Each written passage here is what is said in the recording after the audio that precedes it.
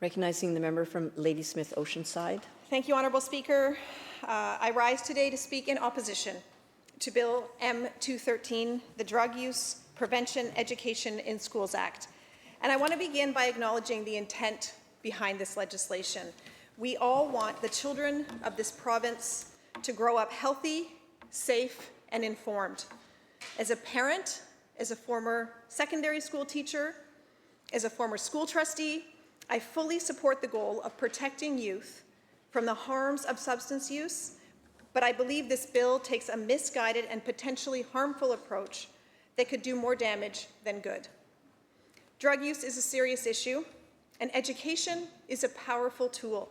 However, the approach outlined in this bill is not only outdated, in fact, it reminds me of the 1980s era scared straight that was in place when I was young. It risks undermining the very outcomes it seeks to achieve. The bill mandates a curriculum that explicitly discourages drug use and promotes stigma against drug use as a deterrent. This language is deeply concerning. We know from decades of research and experience that stigmatizing drug use does not prevent it. In fact, we know that this exacerbates the problem. Stigma drives people into silence, into shame, and away from the support that they need. It fosters fear rather than understanding, and in the case of this bill, it risks alienating the students who may already be struggling. As we fight this crisis, the evidence is clear that stigma does not protect youth, it silences them. If their school environment, as is mandated by this bill, is filled with shame and fear, the literal walls around them shouting condemnation, students won't seek support. They'll hide in silence, in fear, and in shame. Education should open doors. It should create space for truth, compassion, and safety, not fear. When we tell schools to shame drug use, we silence students. They'll stop asking questions. They'll suffer in silence. Speaker, we have learned at tremendous human cost where stigma leads in this province, to people dying alone and afraid to asking for help. Why would we continue this legacy with our youth? One of the strengths of our education system is the flexibility and local autonomy within the system to reflect local priorities. Schools in Kelowna, Prince Rupert, East Vancouver, and Ladysmith face different realities. Indigenous communities, in particular, deserve culturally responsive, community-led approaches, not a single message written in Victoria mandated by someone from the Lower Mainland.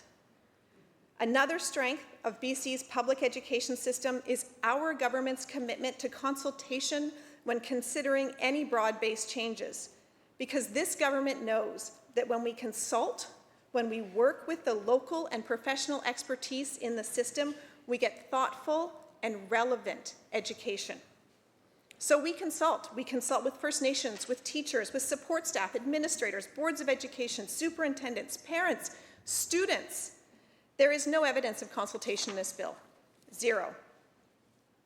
And let's talk a little bit about what BC is already doing in schools to further justify why this bill is not necessary. This government cares deeply about students and their well-being, as well as teaching them about the impacts of substance use and supporting their lived experiences, and we are already taking steps to address substance use. BC's world-renowned curriculum, which is also used in other Canadian jurisdictions, already incorporates age-appropriate learning about substance use, including the negative consequences of drug use embedded throughout. From the earliest grades, students learn about substances and their effects, about risk, and about how to make healthy choices. By the time they reach high school, the curriculum includes content on psychoactive substances, addiction, and decision-making skills. The level of prescriptive content and the focus on stigma and shame promoted in this bill does not align with BC's modern pedagogical approach to education. Young people are curious and intelligent, and they see through exaggeration. What reaches them is honesty, trust, and critical thinking, not posters and punishments and talking head assemblies. Critical decision-making skills are embedded across BC's modernized learning curriculum. When students are invited to think critically, when they discuss real situations, weigh choices, and share their perspectives, they engage honestly and thoughtfully. They learn to protect themselves and one another.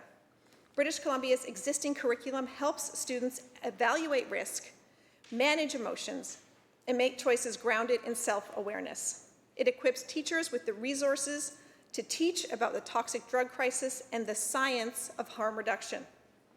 The BC curriculum is designed for teachers and counselors and support staff to meet students where they are with evidence-based supports that they actually need. The curriculum is already doing its job. The Drug Use Prevention Education in Schools Act has a compassionate name, but it discards evidence-based approaches in favor of outdated messaging that oversimplifies the complex realities faced by students and staff in schools today. It mandates what teachers must say, what messages must be displayed, and how students must think. And it transforms educators from facilitators of learning to enforcers of ideology. And this does not prevent harm. It breeds disengagement and mistrust.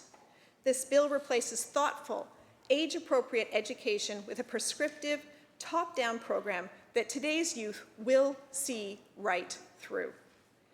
That is not education. It is moral instruction that does not align with modern educational theory and practice, as well as evidence-based approaches to substance use education. Because we believe in modern, evidence-based harm reduction strategies, this government is also taking steps to engage communities and wrap supports around students when and where they need them. The ministry's Erase program includes information, resources, and supports related to substance use. The ministry offers free virtual training sessions for parents and guardians on talking with youth about substance use. These interactive sessions have reached almost 2,600 participants in the last 2 years. We've invested over $30 million in grants to all 60 school districts to support mental health and substance use initiatives in schools. There are 39 integrated child and youth teams across 20 school districts to provide children and youth with wraparound mental health and substance use care when and where they need it. That is prevention. That is education. That is compassion in action. This government is investing in programs and curriculum that build resiliency, foster connections, and involve families and communities, because we know that is how you save lives. If we pass this bill, we risk reinforcing the very stigma that isolates the next generation. We risk sending the message that talking about drugs is dangerous and asking for help is wrong. And that message will cost lives. A stigmatizing approach is not supported by research and has the potential to do harm. We know that schools must be safe, caring, and inclusive communities where every student is welcome and supported, and that's what this government is focused on. I cannot support legislation that threatens to erode care and replace it with fear. Honourable Speaker, this bill may have good intentions, but its approach is outdated and deeply flawed. It mandates stigma, not understanding. It dictates fear, not learning. And it undermines the trust between students and the many professionals who care about them in their schools. I will be voting against this bill, not because I don't care about the safety of children, but because I care too much to get this wrong. And the evidence is clear that this is not the way. The answer isn't to double down on fear. It's to use our world-class public education system to build trust and compassion and connection, because that is what the youth of BC deserve: the knowledge, the confidence, and the empathy to make their own safe and informed choices. I urge this House to prioritize outcomes over optics and science over stigma. I choose education over ideology. I choose evidence over control, and I choose hope over fear. Thank you, Honourable Speaker.